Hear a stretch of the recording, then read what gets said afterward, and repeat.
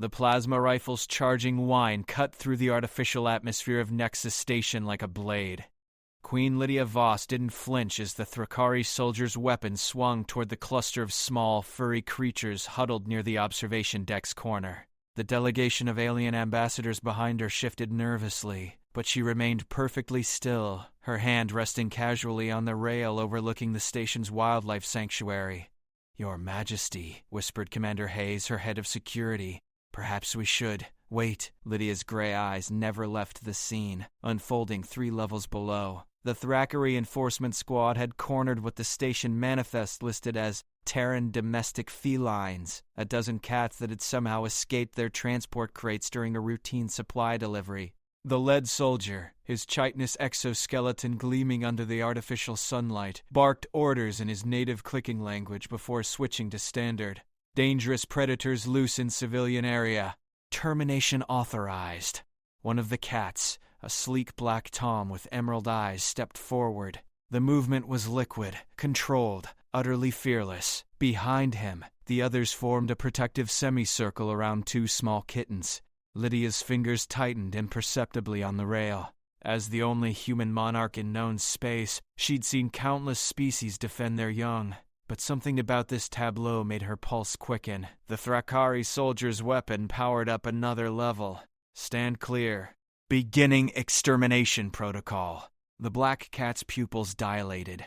Every muscle in his compact frame coiled like a spring. "Fascinating," murmured Ambassador Zeth Ka, the Centauri representative. His 4 arms gestured dismissively. "Earth creatures are remarkably stupid. Any intelligent species would flee, would they?" Lydia's voice carried the kind of quiet that made seasoned diplomats nervous. "Commander Hayes, what's the combat assessment on those animals?" Hayes consulted his tactical display, eyebrows rising. "Ma'am, according to our xenobiology database, Terran felines are, well, they're classified as apex predators on their homeworld." "Apex predators?" The Vralian ambassador's tentacles writhed in disbelief. "Those tiny creatures?" Below them, the standoff intensified. The Thrakari soldier took another step forward, his weapon now humming at full charge. The cats didn't retreat. Instead, they spread out with military precision, each taking a position that covered potential escape routes while protecting the kittens. "Earth is designated a Class 12 Deathworld," Lydia said conversationally, though her knuckles had gone white on the rail. "Everything that survives there does so by being harder to kill than whatever's trying to kill it." The lead Thrakari made his mistake then. He lunged forward, attempting to grab one of the kittens. What happened next lasted perhaps 3 seconds. But those seconds rewrote the diplomatic relationships of half the galaxy. The Black Tom became a shadow given lethal form. His leap carried him directly into the soldier's chest, with enough force to crack the alien's protective carapace. Claws designed to climb trees and catch prey moving at 30 miles per hour found gaps in armor that hadn't existed moments before. The soldier's weapon discharge went wild, scorching the deck plating as he stumbled backward, ichor streaming from a dozen precise wounds. Before he could recover, 2 more cats flanked him, moving with the coordinated efficiency of a pack that had never hunted together but shared 10,000 years of predatory evolution. "Impossible," breathed the Thrakari trade minister. "Our soldiers are the finest warriors in 3 sectors. The remaining enforcement squad raised their weapons, but hesitated. Their leader was down, bleeding, and apparently losing a fight to something that weighed less than his helmet." Lydia stepped forward to the observation deck's edge, her voice carrying clearly through the chamber's acoustics. "Commander Hayes, please inform station security that we have an unauthorized weapons discharge in the sanctuary." "Yes, Your Majesty." Hayes spoke into his comm unit with parade ground precision. "All units, code 7 in progress. Weapons hot. Protect civilian wildlife." The irony wasn't lost on anyone present. Human security forces were moving to defend cats against aliens who'd tried to execute them. But below, the real drama continued. The Black Tom had released the wounded soldier and returned to his protective position. All 12 cats now faced the remaining squad with an intensity that made the air itself seem to vibrate. They weren't attacking. They were making a statement that transcended language. "Your Majesty," the Thrakari minister said carefully, "perhaps there has been a misunderstanding. Has there? Lydia turned, and every ambassador in the room found himself looking into eyes that belonged to the same species that had produced those small deadly creatures below. My understanding is that your soldiers just attempted to murder civilian refugees in my space. The minister's mandibles clicked nervously. They are mere beasts. No, Lydia said softly, watching as human security forces arrived to escort the bleeding Thrakari away. They're citizens of Earth, and Earth protects its own. The standoff was over. The cats had won without killing anyone, making their point with precision rather than brutality. But as Lydia looked down at the small cluster of felines now grooming themselves calmly while her guards established a protective perimeter, she knew something far more significant had just begun. The galaxy had just learned what humans already knew. Underestimate Earth at your own peril. Station security arrived within minutes, but they found a scene that required careful documentation rather than immediate action. The wounded Thrakari soldier had been stabilized and evacuated to the medical bay, his injuries painful but not life-threatening. The cats sat in a loose cluster, their defensive formation dissolved as quickly as it had appeared, now engaged in the mundane business of cleaning their fur and watching the humans with calculating intelligence. Captain Sarah Chen, the station's head of security, approached the observation deck where Queen Lydia continued to monitor the situation. Your Majesty, we need to discuss the diplomatic implications. Do we? Lydia's tone remained conversational, but Chen had served under the Queen long enough to recognize the steel beneath silk. What implications concern you, Captain?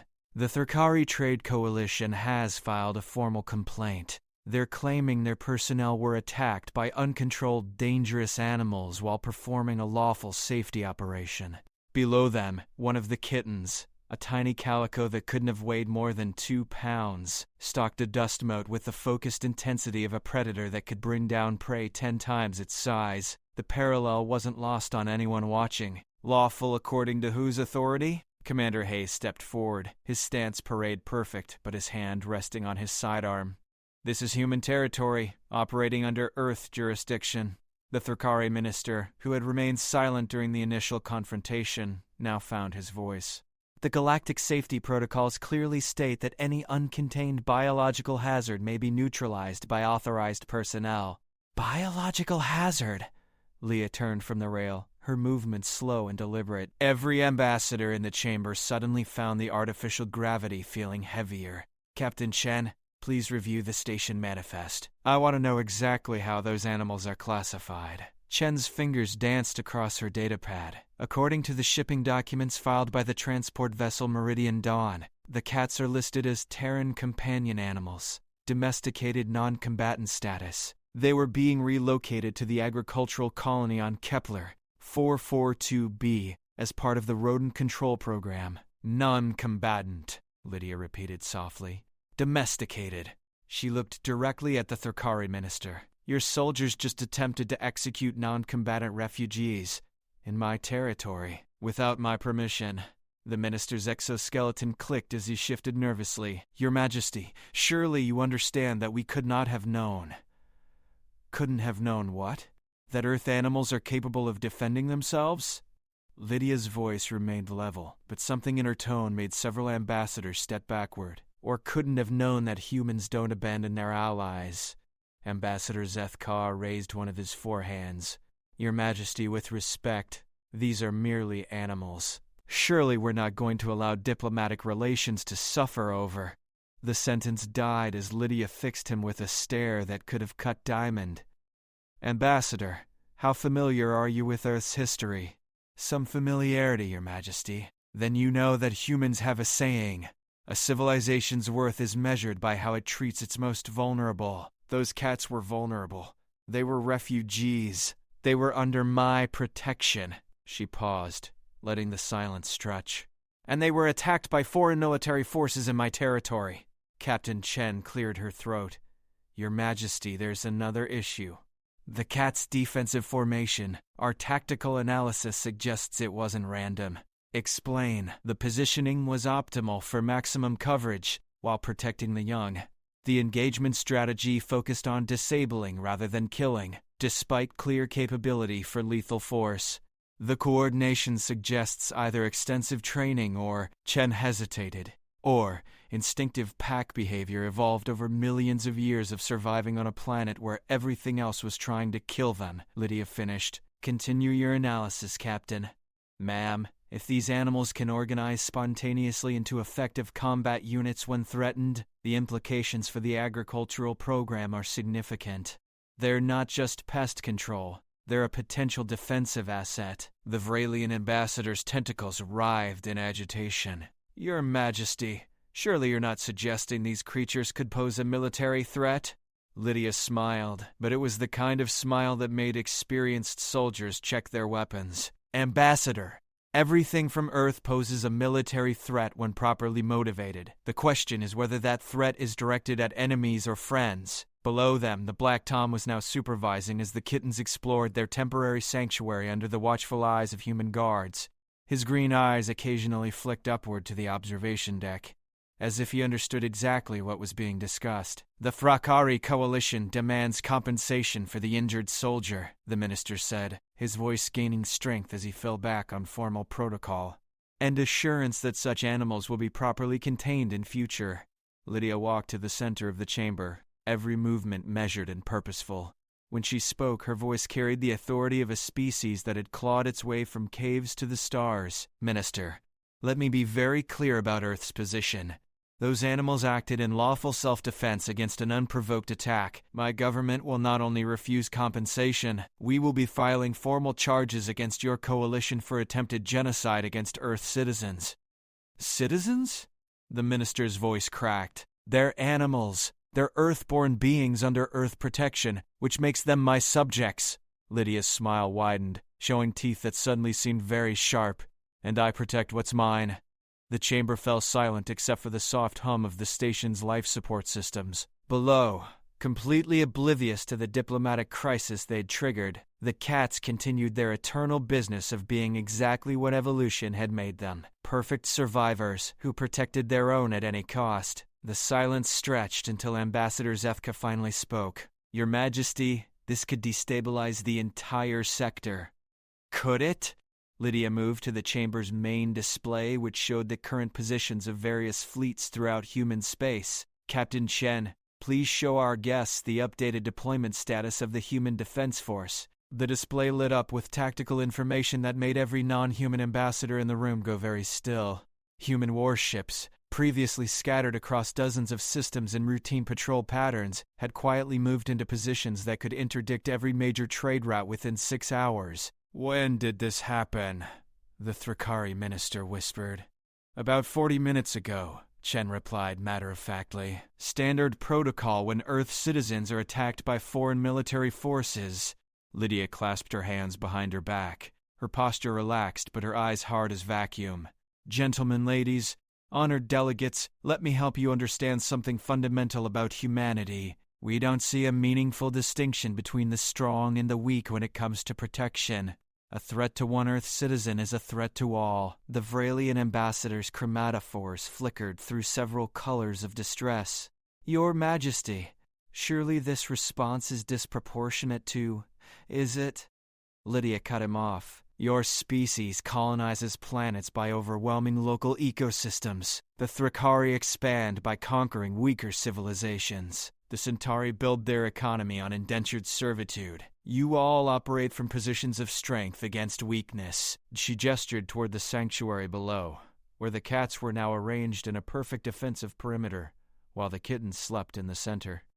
Humans learned something different. We learned that survival depends on protecting the pack, regardless of size or individual capability.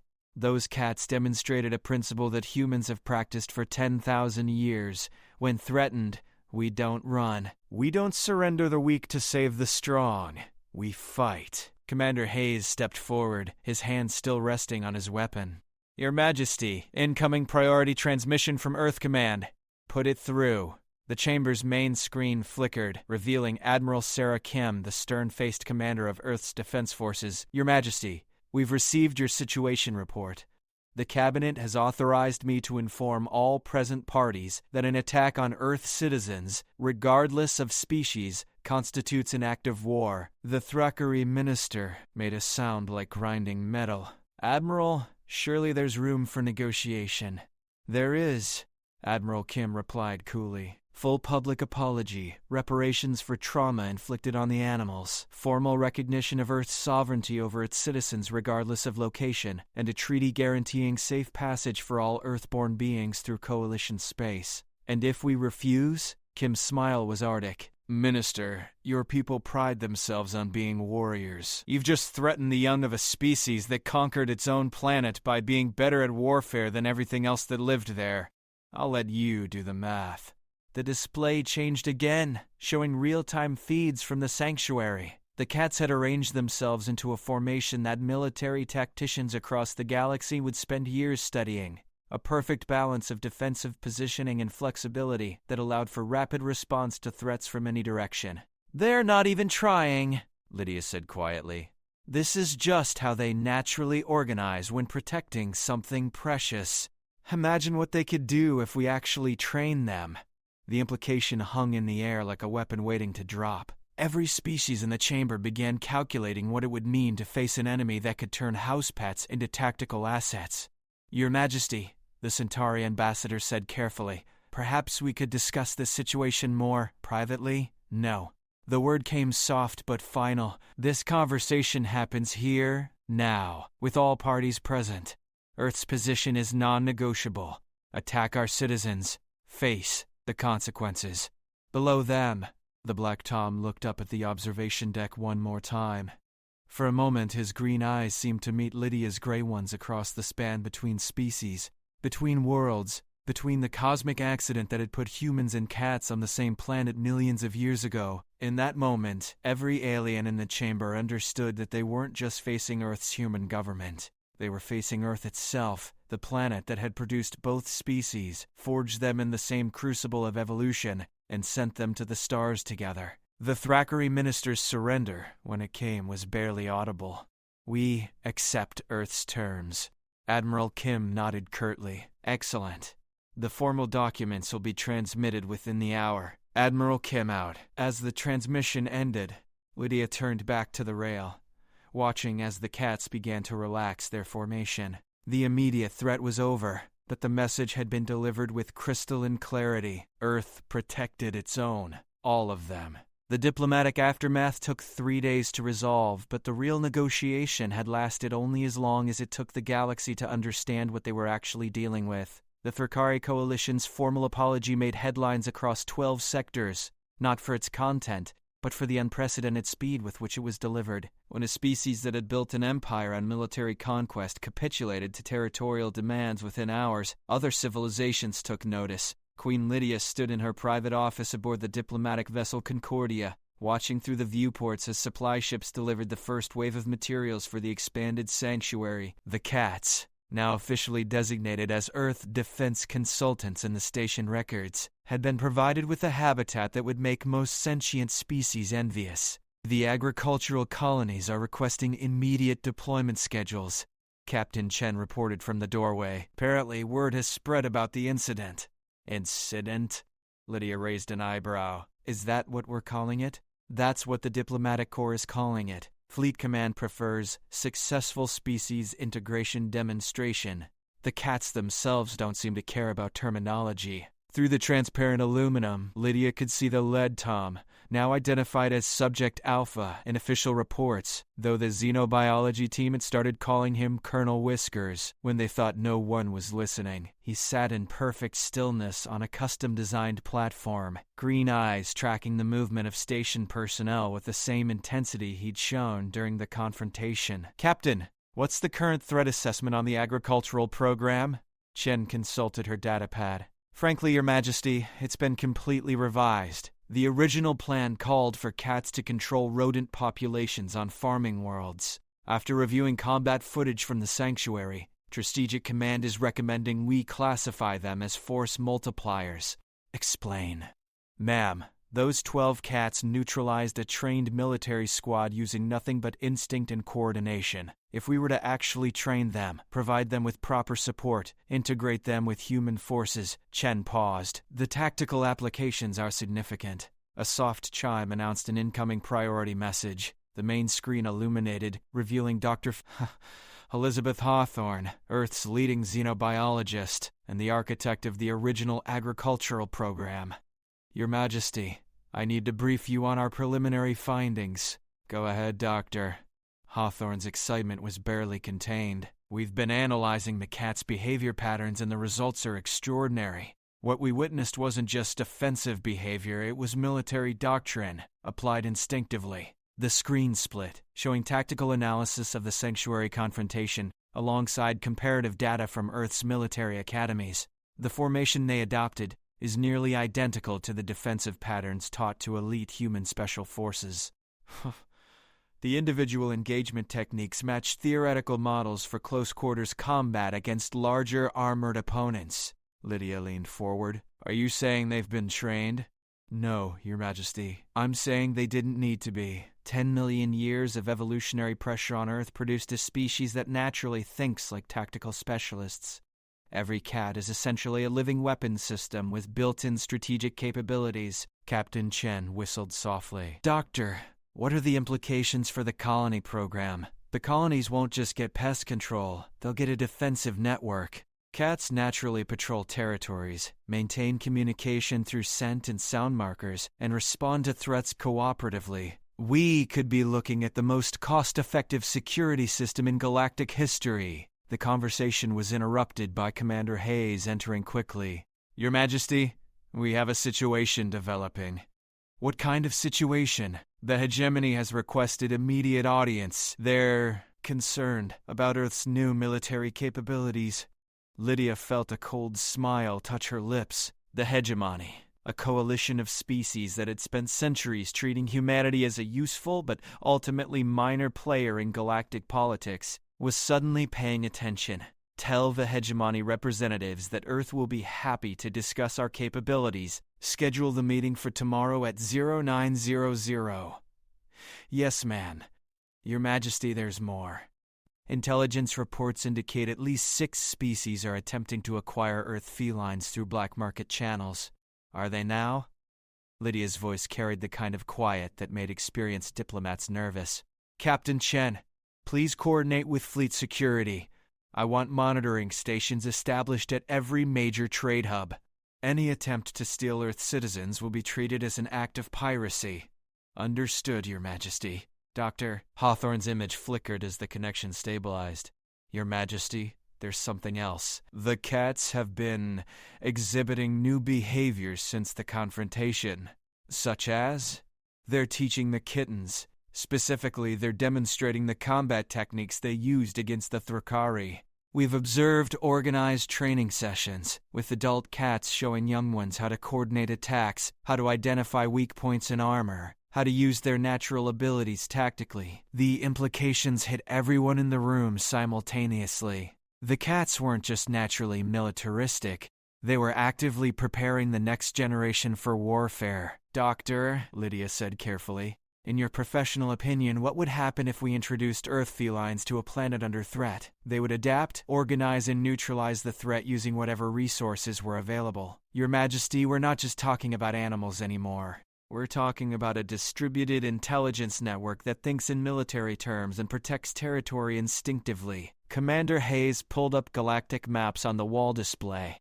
Your Majesty, if other species begin to understand the strategic implications, they'll want Earth cats for themselves or they'll want to eliminate them before we can deploy them widely, Lydia finished. Either way, we're looking at a potential conflict. Not potential, Captain Chen corrected grimly. Intelligence reports suggest the Vorthan Empire is already mobilizing forces. They're calling it containment of biological weapons proliferation. Lydia stood, moving to the viewport where she could see the cats in their expanded habitat. Colonel Whisker sat motionless, but his head turned slightly as if he could sense her attention across the void. For a moment, woman and cat regarded each other through plasma and metal, representatives of 2 species that had learned the same lesson from the same harsh world. Captain Chen, please transmit a message to Earth Command. Priority Alpha. Ready, Your Majesty. Message begins. The galaxy has awakened to the reality of Earth's true capabilities. Request immediate implementation of Protocol 7. We are no longer hiding who we are. Message ends. Protocol 7, the contingency plan that had existed since humanity's first contact with alien life, the day when Earth would stop pretending to be a minor player and reveal the full extent of what 10 billion years of evolution on a Deathworld had actually produced. Your Majesty, Hayes said quietly, once we transmit that message, there's no going back. Commander, 12 cats just rewrote galactic politics by refusing to back down from a fight. I think it's time the galaxy met the rest of Earth's children. She turned from the viewport, her decision made. The age of humanity hiding its capabilities was over, triggered not by grand strategy or political calculation, but by something far more fundamentally human, the reflex to protect the vulnerable. Outside, Colonel Whiskers began his evening patrol, green eyes scanning for threats that might never come. Behind him, the kittens played games that looked suspiciously like military exercises. Earth had taught both species well. The hegemony delegation arrived precisely on schedule, their formation and approach radiating the kind of careful neutrality that suggested they were either very diplomatic or very afraid, perhaps both. Queen Lydia received them in the Concordia's most formal conference chamber, with its polished steel table and holographic displays showing the current positions of human forces throughout the sector. She was not alone. Captain Chen stood at attention near the main display, while Commander Hayes maintained his position by the door. Dr. Hawthorne participated via hololink from the research station, her image flickering slightly as data streams updated in real time. But the most significant presence in the room was the sleek black form sitting calmly on a custom platform beside the Queen's chair. Colonel Whiskers had been transported to the diplomatic vessel at Lydia's specific request. His green eyes tracked each alien representative as they entered, cataloging threats with the same intensity he'd shown during the Sanctuary confrontation. Your Majesty, Ambassador Cleeth of the Regellian Consortium began, his translator rendering his multitonal speech into crisp standard. We come seeking clarification of Earth's recent policy changes. What clarifications do you require?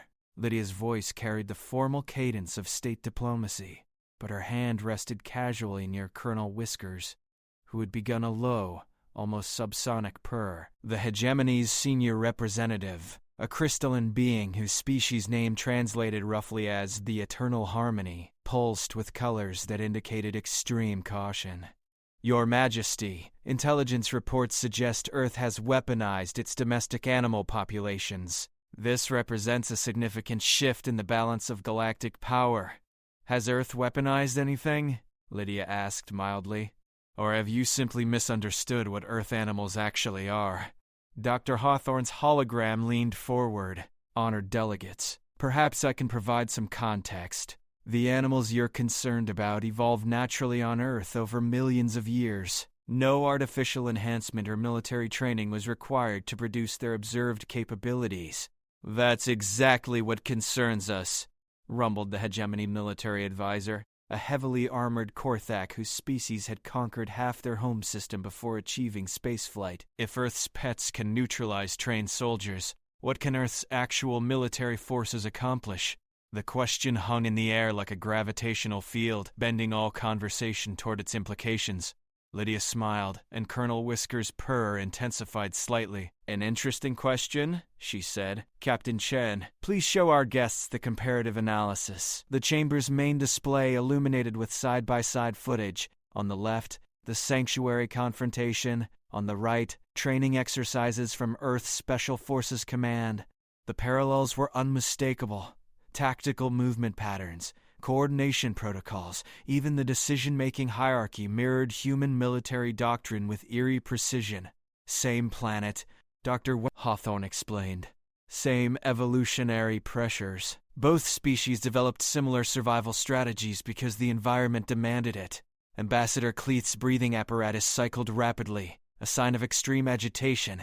Your Majesty, are you suggesting that all Earth life forms possess military capabilities? Lydia considered the question seriously. Define military capabilities. The ability to organize, coordinate, and execute tactical operations against superior forces. In that case, everything that survived to leave Earth can organize under pressure, adapt to threats, and fight back when cornered. It's not military training. It's the minimum requirement for survival on a death world. The Eternal Harmony's crystalline structure darkened. This cannot be permitted to continue unchecked. Cannot be permitted? Commander Hayes stepped forward, his hand moving to his sidearm in a gesture that was purely reflexive but unmistakably threatening. By whom? The galactic community has an interest in preventing the proliferation of biological weapons, the Korthak military advisor declared. Earth must submit its animal populations for inspection and potential containment. The temperature in the room seemed to drop several degrees. Colonel Whiskers stopped purring and sat up straighter, his pupils dilating slightly. Everyone present felt the shift, a predatory tension that made even experienced military personnel check their weapons. I see, Lydia said softly. And if Earth refuses? Then the hegemony will be forced to take protective action. The silence that followed lasted exactly 7 seconds. Lydia counted them, watching as Colonel Whiskers' ears flattened against his skull and his weight shifted to his hind legs, a posture that Dr. Hawthorne had identified as pre-attack positioning in the official reports. Captain Chen, Lydia said conversationally, please show our guests the updated fleet positions. The display changed, revealing tactical information that made every alien in the room go rigid with shock. Human vessels had moved into positions that effectively surrounded the hegemony's home systems. The deployment was perfect, close enough to respond instantly to threats, distant enough to avoid triggering automatic defense systems, positioned to control every major hyperspace lane in the sector. When? The Eternal Harmony's color patterns shifted through what their species considered profanity. About 6 hours ago, Captain Chen replied matter-of-factly. Standard protocol when foreign powers threaten Earth citizens. Dr. Hawthorne's hologram flickered as she accessed additional data streams. Honored delegates, I should mention that the agricultural colonies have reported interesting developments. The cats deployed for pest control have begun establishing territorial networks that cover entire continents. They're not just controlling rodents, they're creating comprehensive surveillance and defense systems. How many worlds? Ambassador Cleeth whispered. 47 colonies currently operational, with 32 more scheduled for deployment in the next quarter. Each world now has what amounts to a distributed intelligence network that reports directly to human command structures. The implications crystallize slowly, but when they hit like a supernova. Earth hadn't just deployed house pets to farming worlds. They'd established a galactic early warning system, using animals that naturally thought in military terms. The Korthak advisor's armor clicked as he shifted nervously. Your Majesty, surely you can see how this appears to the galactic community. How does it appear? Like preparation for conquest. Lydia stood slowly, Colonel Whiskers flowing to his feet beside her with liquid grace. Advisor, let me clarify something for you and your coalition. Earth doesn't conquer. Earth protects. She walked to the main display, gesturing to the tactical positions of human forces. Every ship you see is positioned to defend, not attack. Every cat on every colony is there to protect farmers from pests and colonies from threats. Earth's doctrine has always been defensive. Then why the military buildup? The Eternal Harmony pulsed with colors indicating confusion. Because, Lydia said with infinite patience, you just threatened Earth citizens. Again. And Earth has a very simple policy regarding threats to our people. Commander Hayes stepped forward. The policy is that threats are neutralized, permanently, using whatever force is necessary. The hegemony delegation exchanged rapid communications in their native languages. When they finished, Ambassador Cleeth spoke carefully. Your Majesty, perhaps we can discuss terms for peaceful coexistence. Can we? Lydia returned to her chair, Colonel Whiskers resuming his position beside her. What terms do you have in mind? Recognition of Earth's territorial sovereignty over its biological resources, formal acknowledgement of your species' right to deploy defensive assets, mutual non-interference pacts. And in return, Earth commits to purely defensive deployment of its capabilities. Lydia smiled, and this time, the expression held genuine warmth rather than cold warning. Advisor, Earth has never been interested in conquest, but understand this. We will defend ourselves and our allies using every tool evolution gave us. She reached down to scratch Colonel Whiskers behind the ears. The big Tom leaned into the gesture. purring with the deep rumble of a perfectly content predator. Gentlemen, ladies, honored delegates, you've spent this meeting treating Earth's animals as weapons of war. But watch. She continued scratching, and Colonel Whisker's purr intensified. This is the same creature who disabled your soldier without killing him. The same animal who organized 12 untrained cats into a perfect defensive formation. Right now, he's demonstrating the other half of Earth's evolutionary equation. The aliens watched in fascination as the deadly predator melted into something that resembled nothing more than an oversized, very content house cat. Earth taught us to fight when threatened, Lydia continued. But it also taught us to recognize when fighting isn't necessary. The cats didn't kill your soldier because killing him wouldn't have protected the kittens any better than disabling him. They chose the minimum force required to neutralize the threat. Dr. Hawthorne nodded approvingly. Your Majesty is correct. Earth predators are optimized for efficiency, not destruction. Maximum effect with minimum energy expenditure.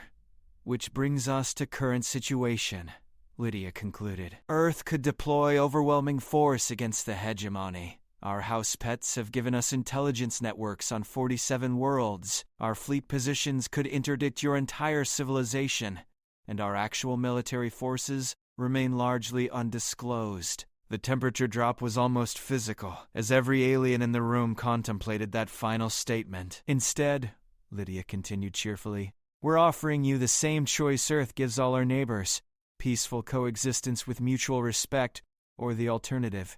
The alternative being, the eternal harmony's colors had shifted to patterns indicating profound unease. You discover what Earth is actually capable of when we stop being polite. Colonel Whiskers stretched languidly, claws extending briefly before retracting. The gesture looked casual, but every person in the room understood it as a demonstration of barely restrained lethality. Ambassador Cleith's breathing apparatus cycled once, slowly. Your Majesty, the hegemony accepts Earth's terms for peaceful coexistence. Excellent. Leah's smile brightened considerably. Captain Shen, please transmit the formal agreements to all parties. Dr. Hawthorne, you may proceed with the expanded agricultural program. As the hegemony delegation filed out, their posture radiating the careful neutrality of beings who had just avoided something catastrophic, Commander Hayes moved to check the door locks. Your Majesty, he said quietly. They'll be back. I know. Lydia continued, scratching Colonel Whiskers, who had begun kneading the platform with contentment. But next time, they'll remember what they learned today, which is that Earth doesn't make threats, we make promises. She looked down at the purring cat beside her, and we keep them. Outside the viewports, human vessels maintained their positions around hegemony space, not as conquerors, but as guardians of a peace that had been purchased with the simple demonstration that sometimes the smallest shadows. Colonel Whiskers purred on, blissfully unaware that he had just helped reshape galactic politics. In his mind, he had simply done what came naturally, protected his family. Earth had taught both species well, and the galaxy was finally beginning to understand the lesson. The formal peace accords were signed 3 months later in Earth's orbital capital, with representatives from 47 species witnessing humanity's emergence as a major galactic power. But the real celebration happened in a small agricultural dome on Kepler 442b, where a calico kitten named Patches successfully stalked and captured her first mouse under the watchful supervision of her mother. Queen Lydia received the report during her morning briefing aboard the Concordia, now permanently stationed as humanity's mobile diplomatic headquarters. The message was routine. Just another line item in the endless stream of agricultural updates that crossed her desk daily. But she paused, smiling at the notation that made the galaxy-spanning political revolution feel suddenly, perfectly human. Mission accomplished, she murmured, filing the report with the others. In a universe full of species that measured success by territory conquered or enemies defeated, Earth had found a different metric. Kittens learning to hunt mice on worlds they would protect with their lives. Outside her viewport, the stars wheeled in their ancient patterns, unchanged by the political upheavals of the tiny creatures who had learned to travel between them. But in those spaces between stars, an agricultural world scattered across dozens of systems, small forms moved through the eternal business of survival, hunting, patrolling, protecting, and raising the next generation of guardians. Earth had given the galaxy many gifts: technology, medicine, art, but perhaps the greatest gift was the simplest: the understanding that strength and gentleness could coexist in the same heart, that the fiercest protectors could also be the most loving companions, and that sometimes the best diplomats wore fur and communicated through purrs. The age of humanity hiding its capabilities was over. The age of Earth as humanity's secret weapon had begun, and in agricultural domes across known space, cats continued the work they'd been born to do: keeping watch in the night, protecting what mattered, and teaching their young that home was anywhere worth defending. The revolution was complete. The galaxy would never be the same. But in the places that mattered most, nothing had changed at all. Cats still purred when content, still hunted when necessary, and still defended their families with a ferocity that made the universe itself take notice. Earth had taught them well. And through them, Earth had finally taught the galaxy what it meant to be truly civilized. Not the absence of violence, but the wisdom to know when violence served love, and when love was worth any price.